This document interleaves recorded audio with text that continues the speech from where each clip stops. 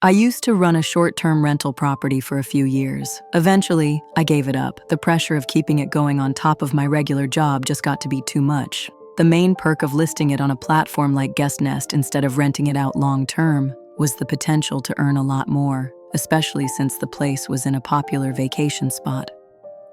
My partner and I had been really enthusiastic at first, but once the bookings picked up, it became a whole other job. We had to stay on top of the schedule, coordinate with cleaning crews between every guest, and keep up with the messages and questions that came in regularly. Still, it worked out well for a couple of years, until the weekend we had what appeared to be a young couple checking in. Just like always, once they confirmed their arrival, I sent over the door code.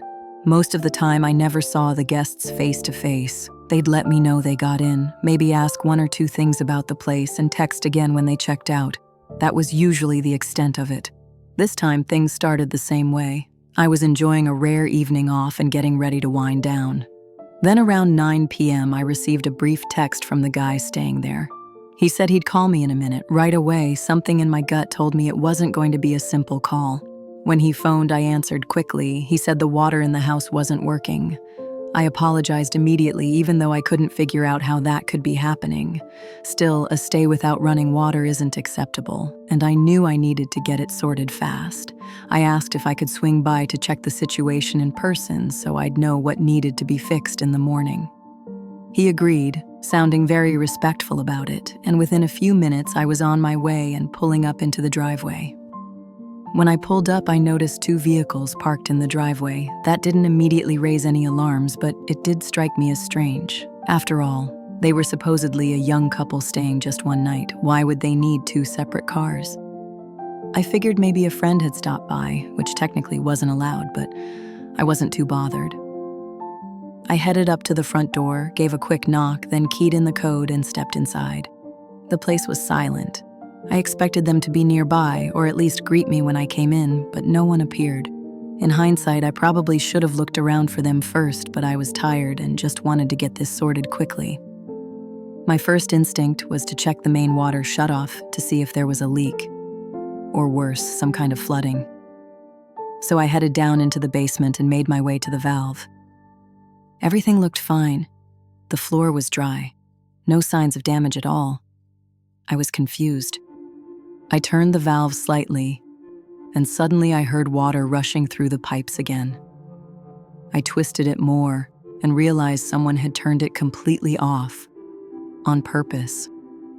I stood there for a moment trying to wrap my head around it. Why would they do that? The only explanation I could come up with was that it had to be them. And maybe they were hoping I'd show up so they could ask for a refund or discount over the inconvenience. Something about the whole thing felt off. I hadn't seen them at all, and that uneasy feeling in my stomach was growing. I decided to just leave, call them once I got to the car, and keep it all on record just in case. I started making my way toward the stairs when I suddenly heard the basement door creak open.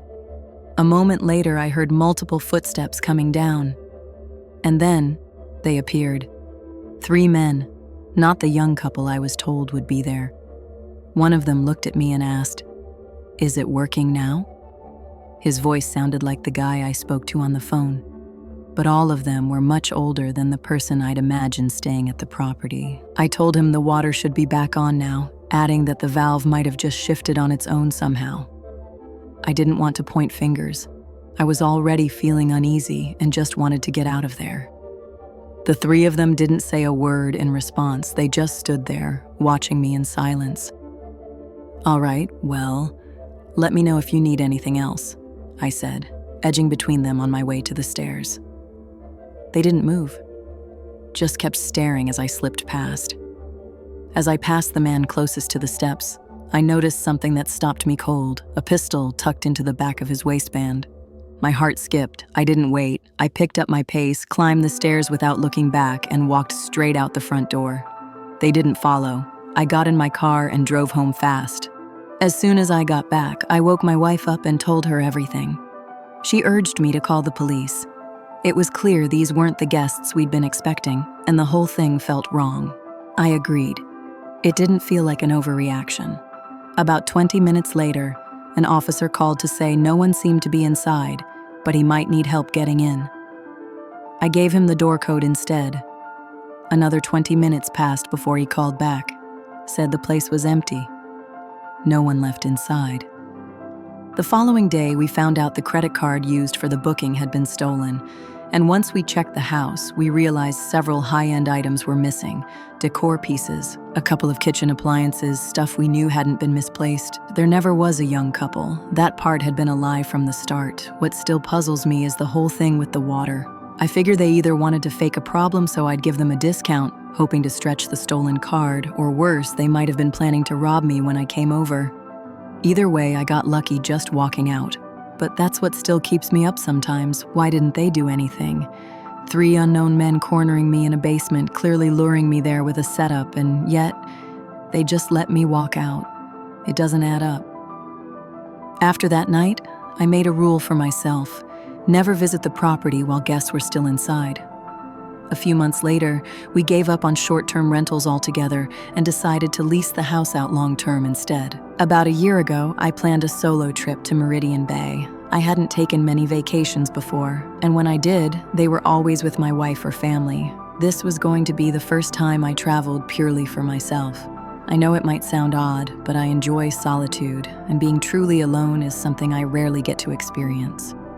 I started browsing both hotel rooms and short-term rentals in the area, and to my surprise, the rentals were not only cheaper but actually nicer. Most of the affordable ones were just outside the city center, but that didn't bother me. I had my car and I didn't mind driving a bit each day.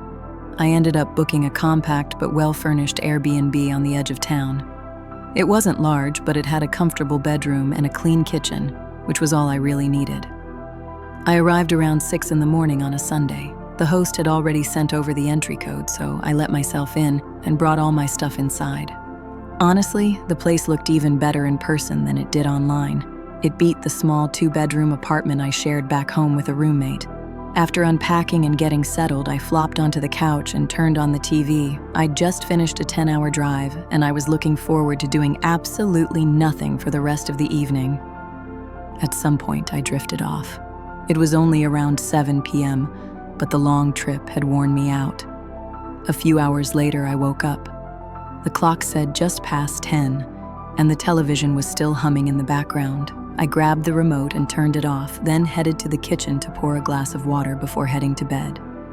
As I walked from the living room toward the kitchen, a sudden, sharp gust of cold air brushed right past me. Still groggy, I turned my head and saw something that jolted me fully awake. The front door was wide open. My chest tightened and my heart started racing.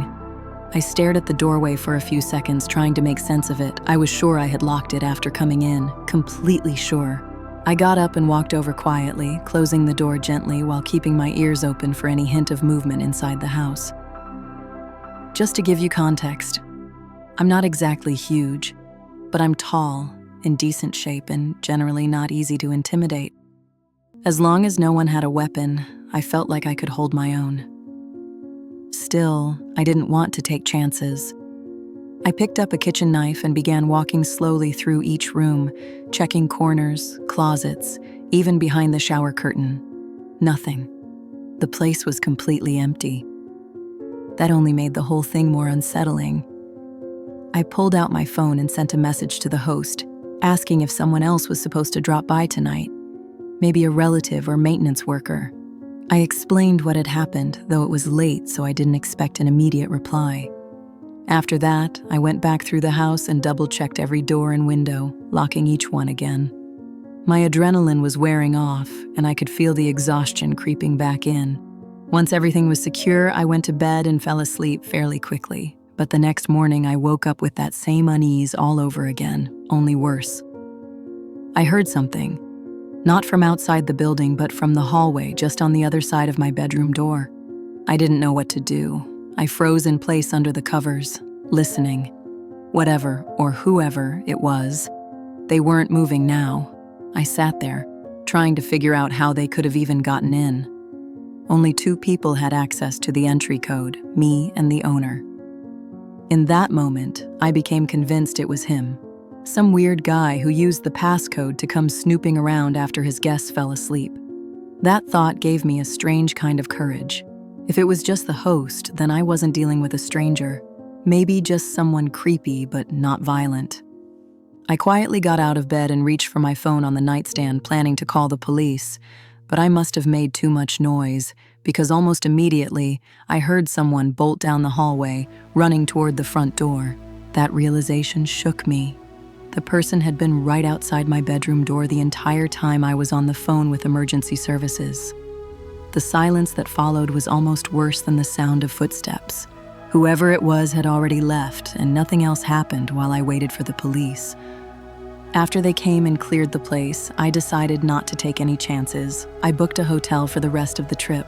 What surprised me, though, was that the rental owner gave me a full refund without me even pushing for one. He managed to show that he wasn't involved at all. Turns out, he was actually an older gentleman, genuinely concerned about the whole situation, and incredibly kind about the way he handled everything. It had been disturbing enough when I thought the owner might have been the one creeping around, but realizing it was just some random person who managed to get in somehow, someone I didn't know at all, that made it much more terrifying. I still don't know how they got in or why they were there. The whole thing still unsettles me.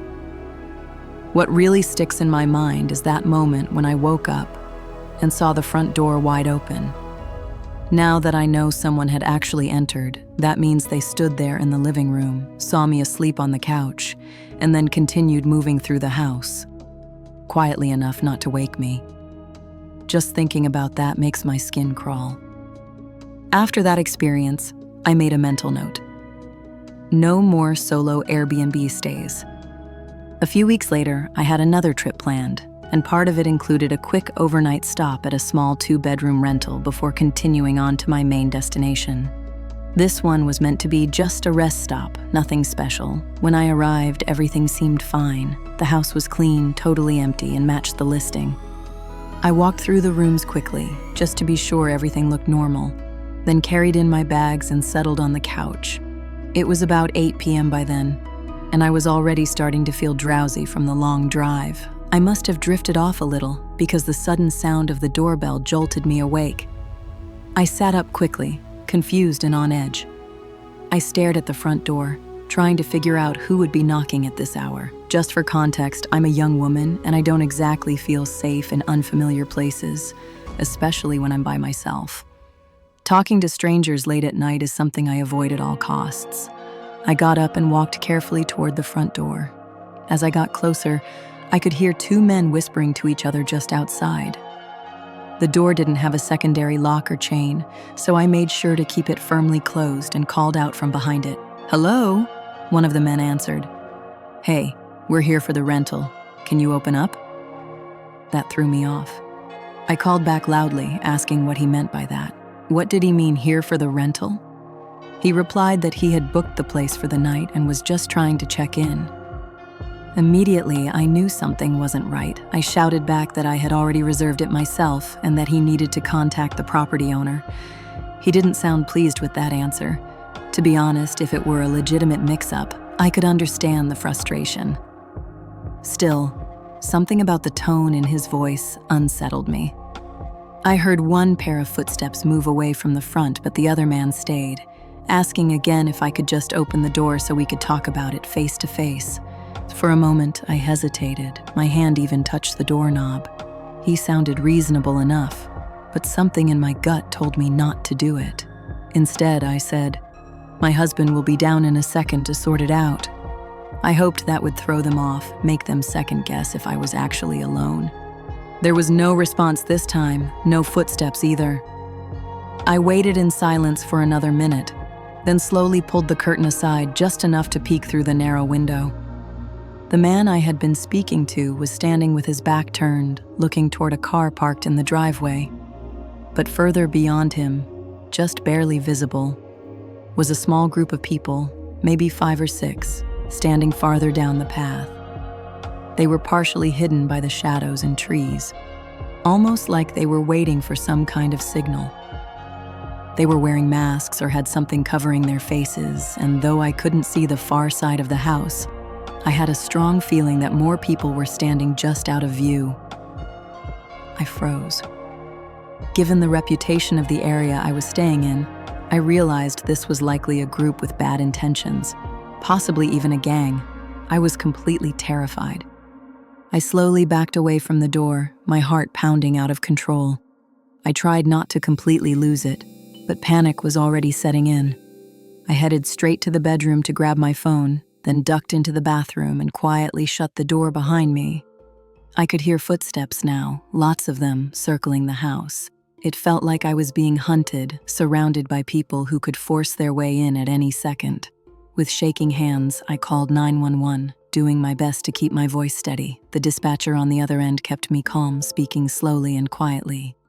They told me to stay hidden and silent. A patrol unit was already on its way.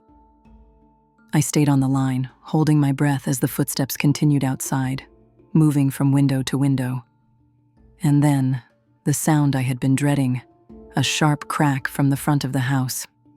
The wood frame had split. They were breaking in. I couldn't stop crying. I tried covering my mouth to keep from making noise, but I was terrified. I listened as several people rushed inside. I could hear doors being opened, drawers pulled out, cabinets slammed shut, and then footsteps approaching the bathroom. The handle turned. Someone yanked on it, then muttered something and walked away. The group stayed inside a little longer, rummaging through the place until the sound of distant sirens finally cut through the chaos. That was enough to send them scattering. By the time the officers arrived and entered the home, it was empty again, except for the damage. All of my luggage was gone. My car, which had been parked just outside, had its windows smashed, and everything inside had been taken too. One of the officers stayed with me to take a statement. He let me know this wasn't the first time something like this had happened in the area. Apparently, they'd been dealing with a pattern. Large groups breaking into short-term rentals and robbing guests before help could arrive. The officer explained that in most cases, the goal isn't to hurt anyone. It's just about taking whatever they can and getting out fast. That's probably why they didn't bother trying to force the bathroom door open. I wasn't a threat, so they left me alone. Still, it doesn't matter what their intentions were. Being in that situation, trapped, hiding, listening to strangers tear through the place, was one of the most frightening things I've ever experienced. I realize now it probably had nothing to do with that particular rental. It could have happened anywhere. But ever since that night, I haven't been able to feel fully relaxed in any Airbnb. No matter how nice the place is or how safe the neighborhood looks, that sense of unease always lingers.